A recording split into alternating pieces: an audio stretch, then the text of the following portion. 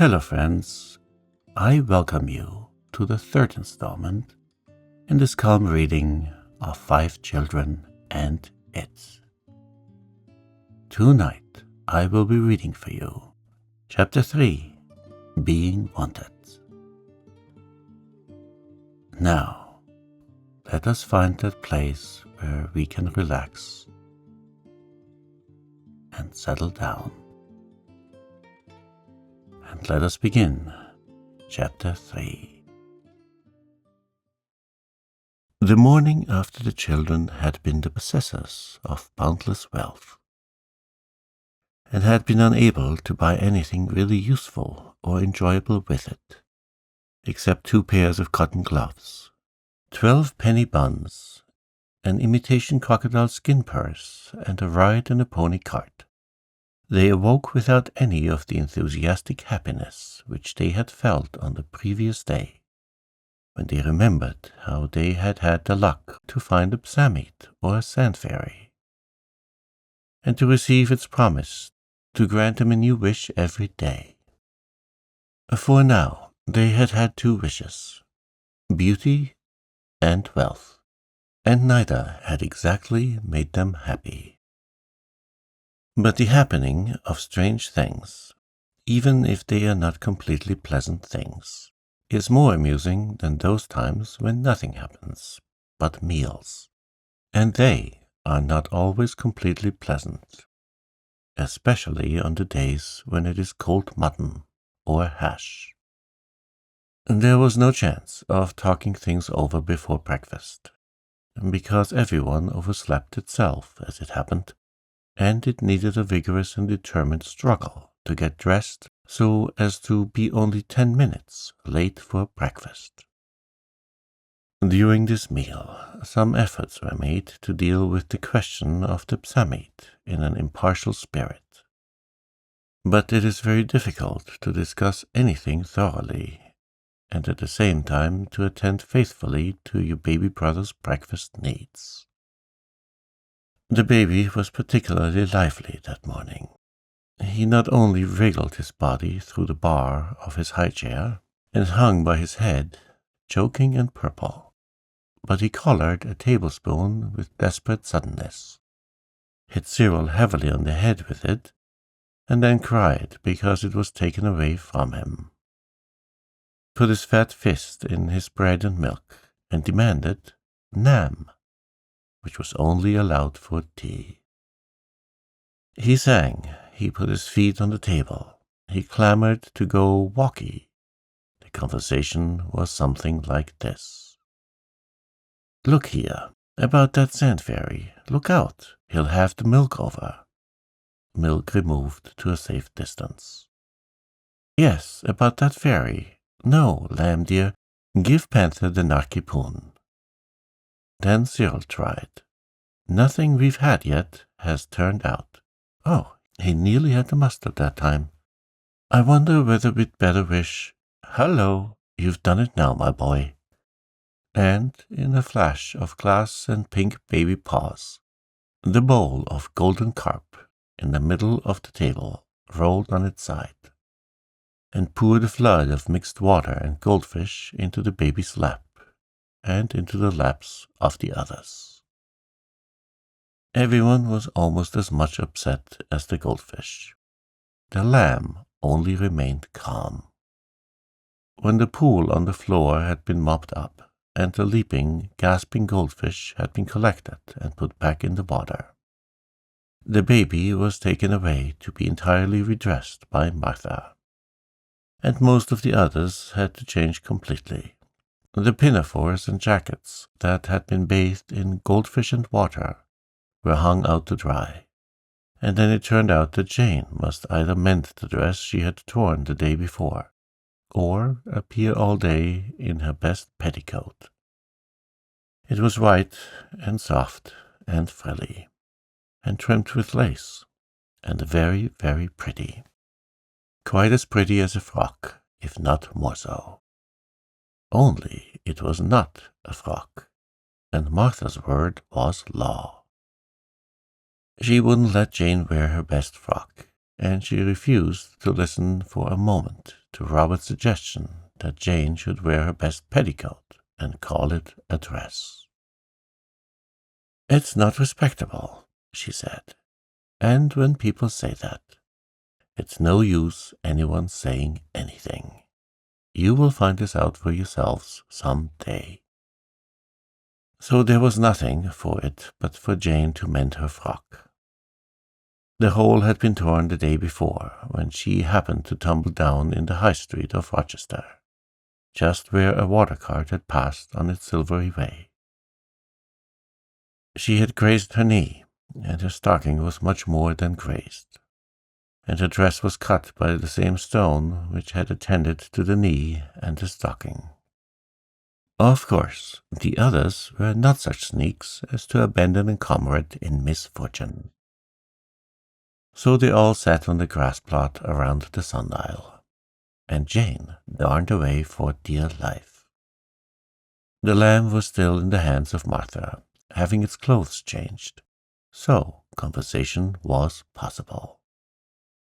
Anthea and Robert timidly tried to conceal their inmost thought, which was that the psalmid was not to be trusted.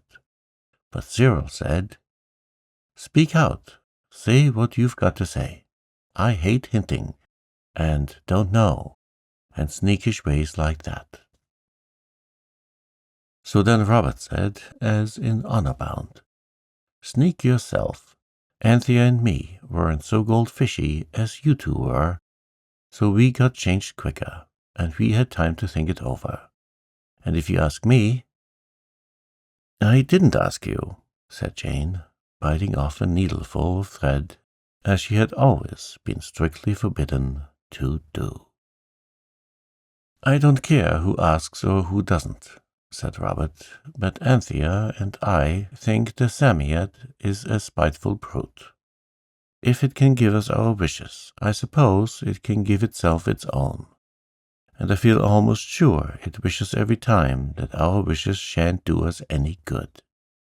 Let's let the tiresome beast alone, and just go and have a jolly good game of forts, on our own, in the chalk pit. You will remember that the happily situated house where these children were spending their holidays lay between a chalk quarry and a gravel pit." Cyril and Jane were more hopeful. They generally were. "I don't think the Psammead does it on purpose," Cyril said. "And after all, it was silly to wish for boundless wealth. £50 in 2-shilling pieces would have been much more sensible. And wishing to be beautiful as the day was simply donkeyish. I don't want to be disagreeable, but it was. We must try to find a really useful wish, and wish it." Jane dropped her work and said, "I think so too. It's too silly to have a chance like this and not use it. I never heard of anyone else outside a book who had such a chance. There must be simply heaps of things we could wish for that wouldn't turn out dead sea fish, like these two things have. Do let's think hard, and wish something nice, so that we can have a really jolly day, what there's left of it." Jane darned away like mad, for time was indeed getting on, and everyone began to talk at once.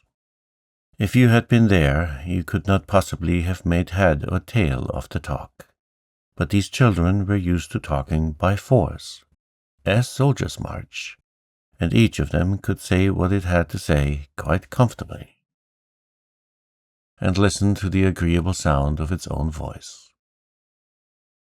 and at the same time have 3/4 of 2 sharp ears to spare for listening to what the others said. That is an easy example in multiplication of vulgar fractions, but, as I dare say, you can't do even that.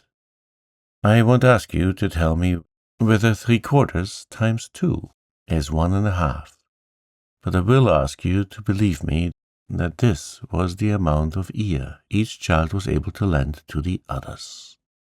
Lending ears was common in Roman times, as we learn from Shakespeare, but I fear I'm getting too instructive.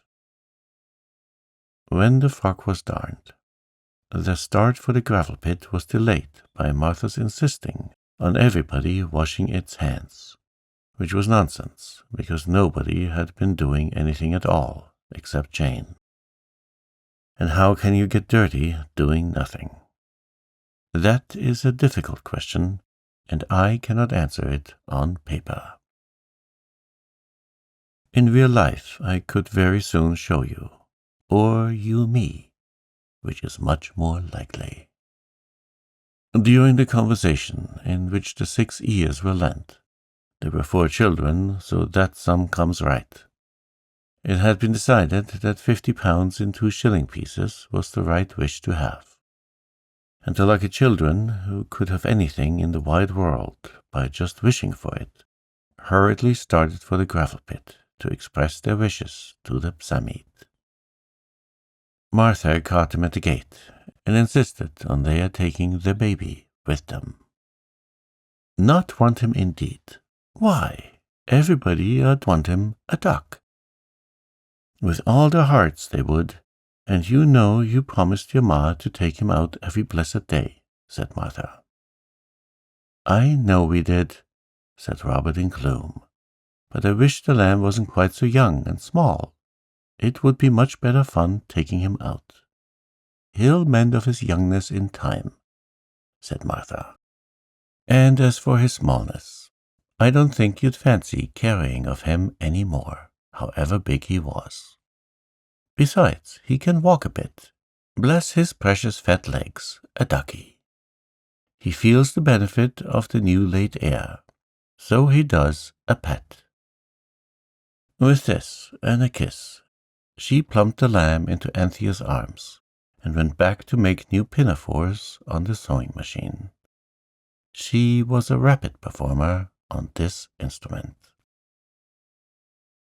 The lamb laughed with pleasure and said, "Walkie with Panty," and rode on Robert's back with yells of joy, and tried to feed Jane with stones, and altogether made himself so agreeable that nobody could long be sorry that he was of the party. The enthusiastic Jane even suggested that they should devote a week's wishes to assuring the baby's future, by asking such gifts for him as the good fairies give to infant princes in proper fairy tales. But Anthea soberly reminded her that as the Sand Fairies' wishes only lasted till sunset, they could not ensure any benefit to the baby's later years. And Jane owned that it would be better to wish for £50 in 2-shilling pieces, and buy the lamb a £3 15 rocking horse, like those in the Army and Navy Stores list, with part of the money. It was settled that as soon as they had wished for the money and got it, they would get Mr. Crispin to drive them into Rochester again, taking Martha with them if they could not get out of taking her. And they would make a list of the things they really wanted before they started. Full of high hopes and excellent resolutions, they went round the safe, slow cart route to the gravel pits. And as they went in between the mounds of gravel, a sudden thought came to them, and would have turned their ruddy cheeks pale if they had been children in a book. Being real-life children, it only made them stop and look at each other with rather blank and silly expressions. For now they remembered that yesterday when they had asked the Psammead for boundless wealth, and it was getting ready to fill the quarry with the minted gold of bright guineas, millions of them, it had told the children to run along outside the quarry for fear they should be buried alive in the heavy splendid treasure. And they had run, and so it happened that they had not had time to mark the spot where the Psammead was, with a ring of stones as before. And it was this thought that put such silly expressions on their faces. "Never mind," said the hopeful Jane. "We'll soon find him." But this, though easily said, was hard in the doing. They looked and they looked, and though they found their seaside spades, nowhere could they find the sand fairy. At last they had to sit down and rest, not at all because they were weary or disheartened, of course, but because the lamb insisted on being put down, and you cannot look very carefully after anything you may have happened to lose in the sand if you have an active baby to look after at the same time. Get someone to drop your best knife in the sand next time you go to the seaside, and then take your baby brother with you when you go to look for it, and you will see that I am right. The lamb, as Martha had said, was feeling the benefit of the country air, and he was as frisky as a sandhopper. The elder ones longed to go on talking about the new wishes they would have when or if they found the Psamit again. But the lamb wished to enjoy himself. He watched his opportunity and threw a handful of sand into Anthea's face, and then suddenly borrowed his own head in the sand and waved his fat legs in the air. Then, of course, the sand got into his eyes, as it had into Anthea's, and he howled. The thoughtful Robert had brought one solid brown bottle of ginger beer with him, relying on a thirst that had never yet failed him. This had to be uncorked hurriedly. It was the only wet thing within reach, and it was necessary to wash the sand out of the lamb's eyes somehow. Of course, the ginger hurt horribly, and he howled more than ever. And amid the anguish of kicking, the bottle was upset, and the beautiful ginger beer frothed out into the sand, and was lost forever. It was then that Robert, usually a very patient brother, so far forgot himself as to say, "Anybody would want him indeed, only they don't. Martha doesn't, not really, or she'd jolly well keep him with her. He's a little nuisance, that's what he is. It's too bad. I only wish everybody did want him with all their hearts. We might get some peace in our lives." The lamb stopped howling now, because Jane had suddenly remembered that there is only one safe way of taking things out of little children's eyes, and that is with your own soft wet tongue. It is quite easy if you love the baby as much as you ought to. Then there was a little silence. Robert was not proud of himself for having been so cross, and the others were not proud of him either. You often notice that sort of silence when someone has said something it ought not to, and everyone else holds its tongue and waits for the one who oughtn't to have said it is sorry. The silence was broken by a sigh. A breath suddenly let out. The children's heads turned as if there had been a string tied to each nose, and someone had pulled all the strings at once. And everyone saw the sand fairy sitting quite close to them, with the expression which it used as a smile on its hairy face. "Good morning," it said. "I did that quite easily. Everyone wants him now." "It doesn't matter," said Robert sulkily, because he knew he had been behaving rather like a pig. "No matter who wants him, there's no one here to, anyhow." "Ingratitude," said the Psamit, "is a dreadful vice." "We are not ungrateful," Jane made haste to say. "But we didn't really want that wish. Robert only just said it. Can't you take it back and give us a new one?"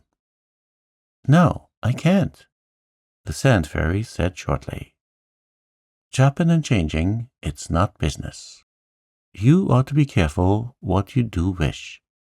There was a little boy once, he'd wished for a plesiosaurus instead of an ichthyosaurus, because he was too lazy to remember the easy names of everyday things. And his father had been very vexed with him, and had made him to go to bed before tea time, and wouldn't let him go out in the nice flint boat along with the other children. It was the annual school treat next day, and he came and flung himself down near me on the morning of the treat, and he kicked his little prehistoric legs about and said he wished he was dead. And of course, then he was. "How awful!" said the children all together. "Only till sunset, of course," the Psammead said. Still, it was quite enough for his father and mother, and he caught it when he woke up, I can tell you. He didn't turn to stone. I forget why, but there must have been some reason. They didn't know being dead is only being asleep, and you're bound to wake up somewhere or other, either where you go to sleep or in some better place. You may be sure he caught it, giving them such a turn. Why, he wasn't allowed to taste megatherium for a month after that. Nothing but oysters and periwinkles and common things like that. All the children were quite crushed by this terrible tale. They looked at the Psammead in horror. Suddenly the lamb perceived that something brown and furry was near him. "Poof, poof, poofy," he said, and made a grab. "It's not a pussy," Anthea was beginning, when the sand fairy leaped back. "Oh, my left whisker," it said. "Don't let him touch me. He's wet." Its fur stood on end with horror. And indeed, a good deal of the ginger beer had been spilled on the blue smock of the lamb. The Psammead dug with its hands and feet, and vanished in an instant and a whirl of sand. The children marked the spot with a ring of stones. "We may as well get along home," said Robert. "I'll say I'm sorry. But anyway, if it's no good, it's no harm, and we know where the sandy thing is for tomorrow." The others were noble. No one reproached Robert at all. Cyril picked up the lamb, who was now quite himself again, and off they went by the safe cart road. The cart road from the gravel pits joins the road almost directly. At the gate into the road the party stopped, to shift the lamb from Cyril's back to Robert's. And as they paused, a very smart open carriage came in sight, with a coachman and a groom on the box, and inside the carriage a lady, very grand indeed, with a dress all white lace and red ribbons, and a parasol all red and white, and a white fluffy dog on her lap with a red ribbon round its neck. She looked at the children, and particularly at the baby, and she smiled at him. The children were used to this, for the lamb was, as all the servants said, a very taking child. So they waved their hands politely to the lady and expected her to drive on. But she did not. Instead, she made the coachman stop, and she beckoned to Cyril, and when he went up to the carriage, she said, "What a dear darling duck of a baby! Oh, I should so like to adopt him. Do you think its mother would mind?" "She'd mind very much indeed," said Anthea shortly. "Oh, but I should bring it up in luxury, you know. I am Lady Chittenden. You must have seen my photograph in the illustrated papers. They call me a beauty, you know, but of course that's all nonsense. Anyway—" She opened the carriage door and jumped out. She had the wonderfulest red high-heeled shoes with silver buckles.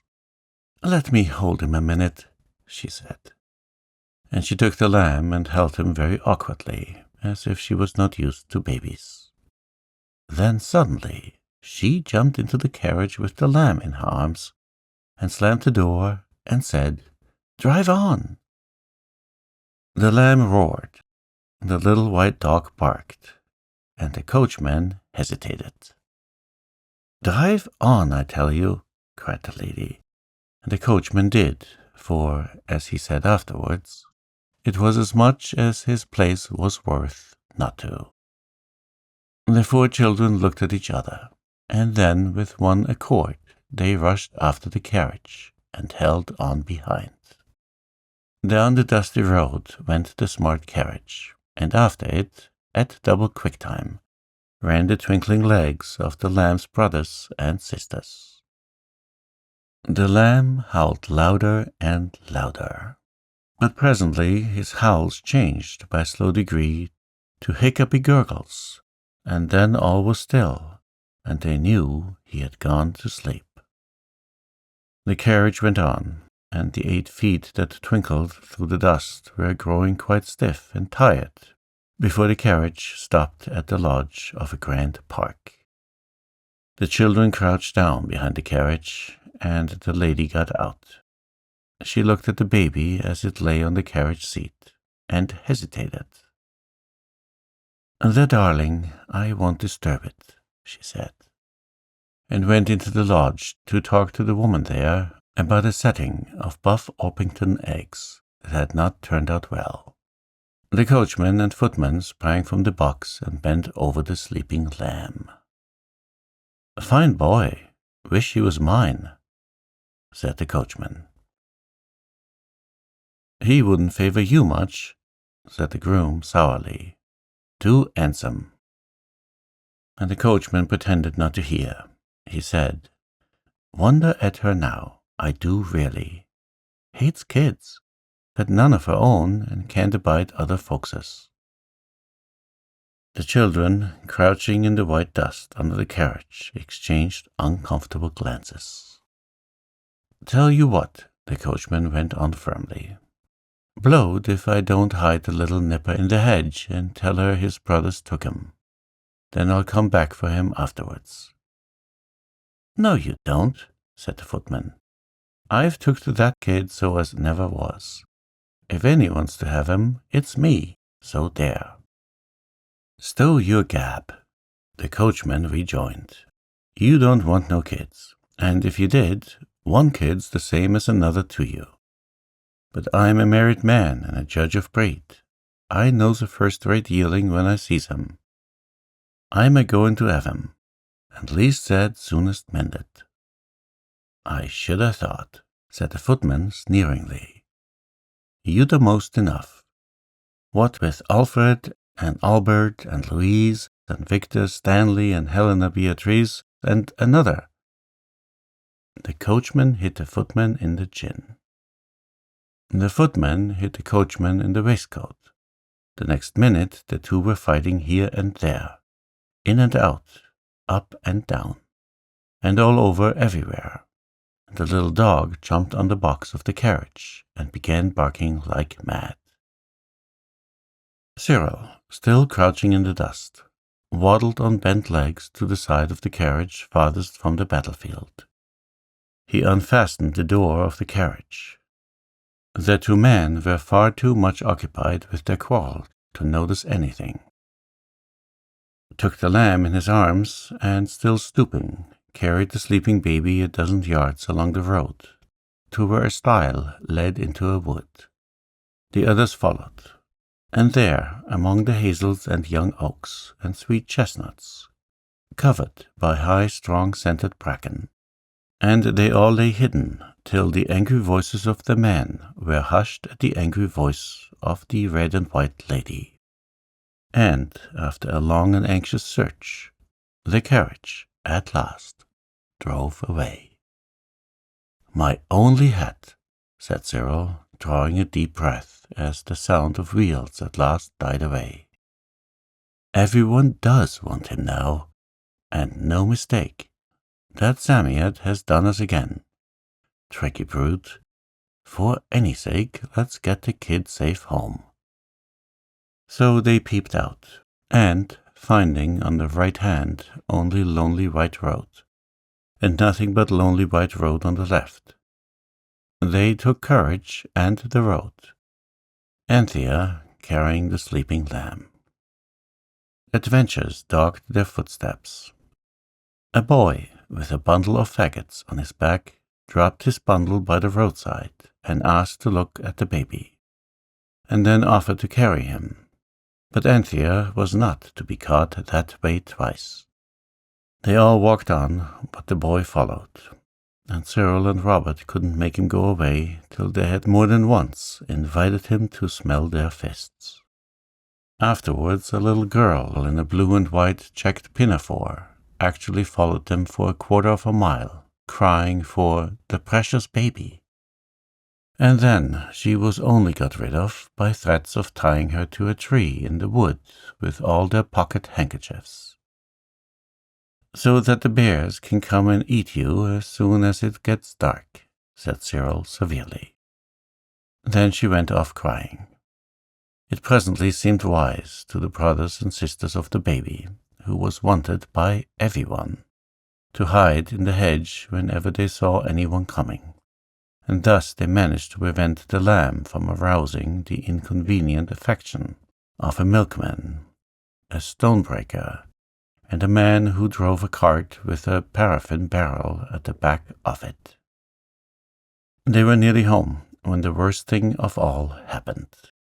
Turning a corner suddenly, they came upon 2 vans, a tent, and a company of gypsies encamped by the side of the road. The vans were hung all round with wicker chairs and cradles, and flower stands and feather brushes. A lot of ragged children were industriously making dust pies in the road. 2 men lay on the grass smoking, and 3 women were doing the family washing in an old red watering can with the top broken off. In a moment, all the gypsies, men, women, and children, surrounded Anthea and the baby. "Let me hold him, little lady," said one of the gypsy women, who had a mahogany-colored face and dust-colored hair. "I won't hurt a hair of his head, the little picture." "I'd rather not," said Anthea. "Let me have him," said the other woman, whose face was also the hue of mahogany, and her hair jet black in greasy curls. "I've 19 of my own, so I have." "No," said Anthea bravely, but her heart beat so that it nearly choked her. Then one of the men pushed forward. "Swelp me if it ain't," he cried, "my own long-lost child. Have he a strawberry mark on his left ear? No, then he's my own baby, stolen from me in innocent infancy. Hand him over, and will not have the law on ye this time." He snatched the baby from Anthea, who turned scarlet and burst into tears of pure rage. The others were standing quite still. This was much the most terrible thing that had ever happened to them. Even being taken up by the police in Rochester was nothing to this. Cyril was quite white, and his hands trembled a little, but he made a sign to the others to shut up. He was silent a minute, thinking hard. Then he said, "We don't want to keep him if he's yours. But you see, he's used to us. You shall have him if you want him."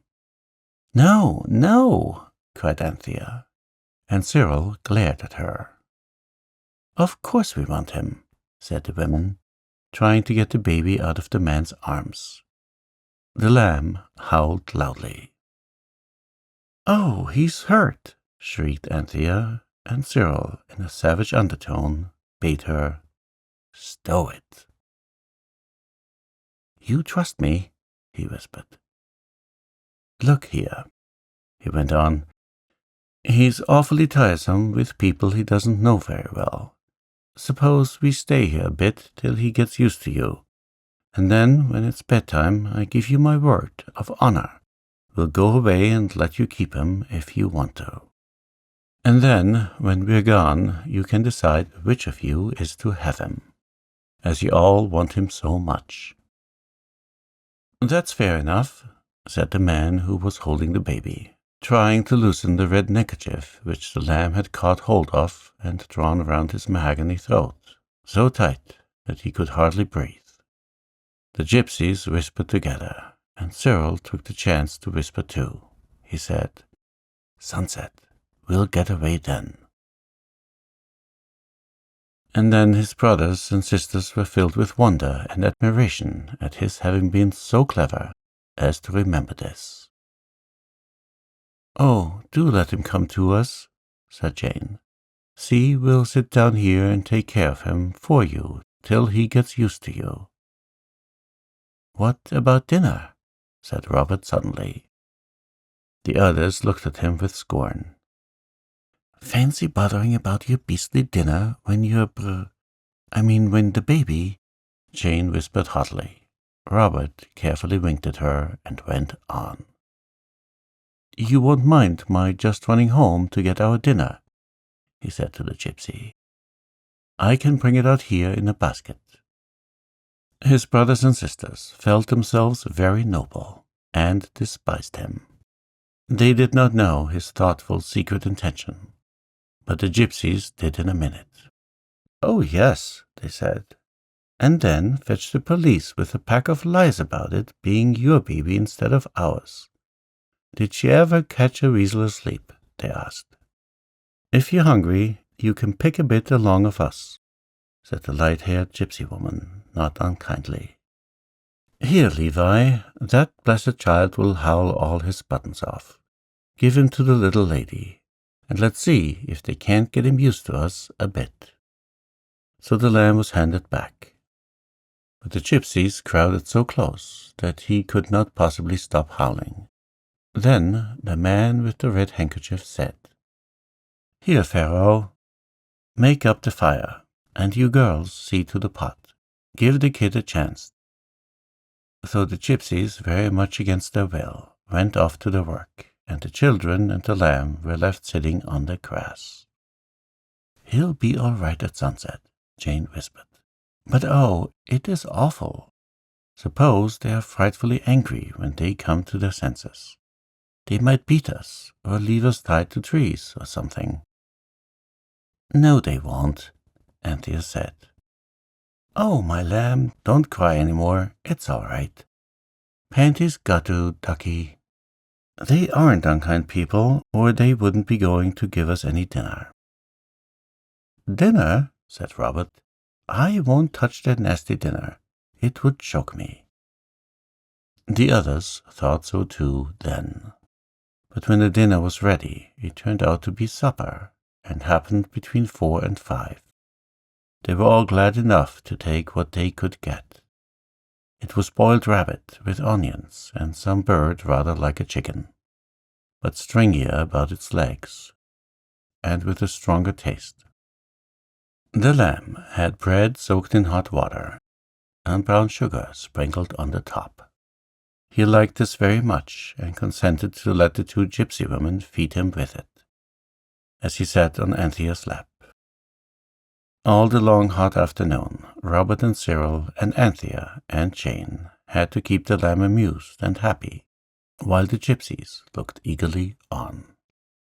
By the time the shadows grew long and black across the meadows, he had really taken to the women with the light hair, and even consented to kiss his hand to the children, and stand up and bow, with his hand on his chest, like a gentleman, to the 2 men.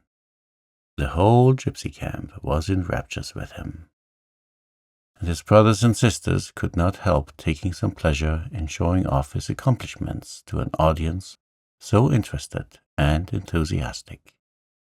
But they longed for sunset.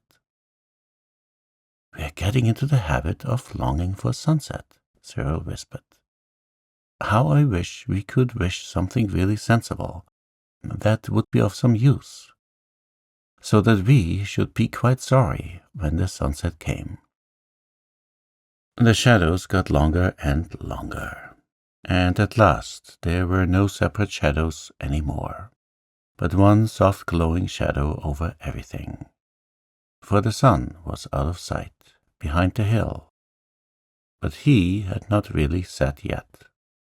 The people who make the laws about lighting bicycle lamps are the people who decide when the sun sets. He has to do it too, to the minute, or they would know the reason why. But the gypsies were getting impatient. "Now, young'uns," the red handkerchief man said, "it's time you were laying off your heads on your pillowses. So it is. The kid's all right and friendly with us now, so you just hand him over and sling that hook of yours like you said." The women and children came crowding round the lamb. Arms were held out, fingers snapped invitingly, friendly faces beaming with admiring smiles, but all failed to tempt the loyal lamb. He clung with arms and legs to Jane, who happened to be holding him, and uttered the gloomiest roar of the whole day. "It's no good," the woman said. "Hand the little puppet over, miss. We'll soon quiet him." And still the sun would not set. "Tell her about how to put him to bed," whispered Cyril. "Anything to gain time. And be ready to bolt when the sun really does make up its silly old mind to set." "Yes, I'll hand him over in just 1 minute," Anthea began, talking very fast. "But do let me just tell you he has a warm bath every night and cold in the morning, and he has a crockery rabbit to go into the warm bath with him, and little Samuel saying his prayers in white china on a red cushion for the cold bath, and if you let the soap get into his eyes, the lamb—" "Lamb Kais," said he. He stopped roaring to listen. The woman laughed. "As if I hadn't never bathed the baby," she said. "Come, give us a hold of him. Come to Milia, my precious." "Gway, Uxie," replied the lamb at once. "Yes, but," Anthea went on, "about his meals. You really must let me tell you as he has an apple or a banana every morning, and bread and milk for breakfast, and an egg for his tea sometimes, and—" "I've brought up 10, said the black ringleted woman, "besides the others. Come, miss, hand him over. I can't bear it no longer. I just must give him a hug." "We ain't settled yet who's he's to be, Esther," said one of the men. "It won't be you, Esther, with 7 of 'em at your tail already." "I ain't so sure of that," said Esther's husband. "And ain't I nobody to have a say neither," said the husband of Milia. Scylla, the girl, said, "And me? I'm a single girl, and no one but I'm to look after. I ought to have him." "Hold your tongue. Shut your mouth. Don't you show me no more of your imperence." Everyone was getting very angry. The dark gypsy faces were frowning and anxious-looking.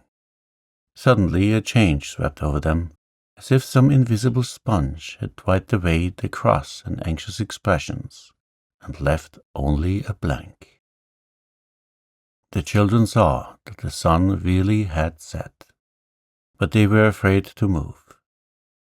And the gypsies were feeling so muddled because of the invisible sponge that had washed all the feelings of the last few hours out of their hearts, that they could not say a word. The children hardly dared to breathe. Suppose the gypsies, when they recovered speech, should be furious to think how silly they had been all day. It was an awkward moment.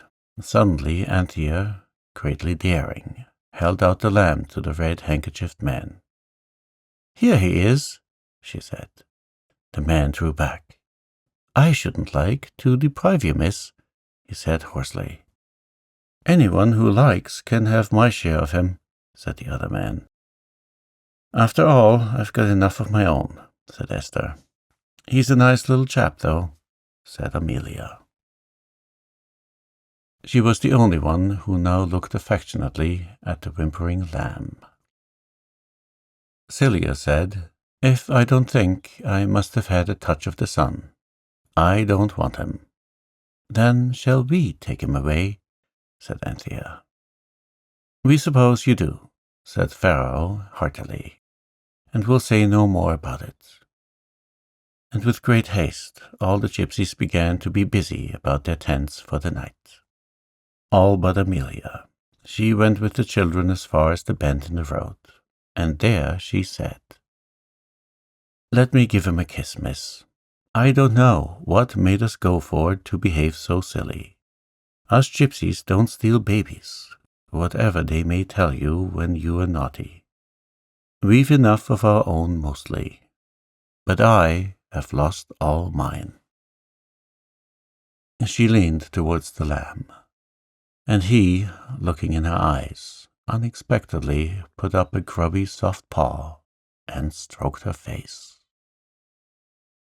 "Poor, poor," said the lamb, and he let the gypsy woman kiss him, and, what is more, he kissed her brown cheek in return. A very nice kiss, as all his kisses are, and not a wet one, like some babies give. The gypsy woman moved her finger about on his forehead, as if she had been writing something there, and the same with his chest, and his hands, and his feet.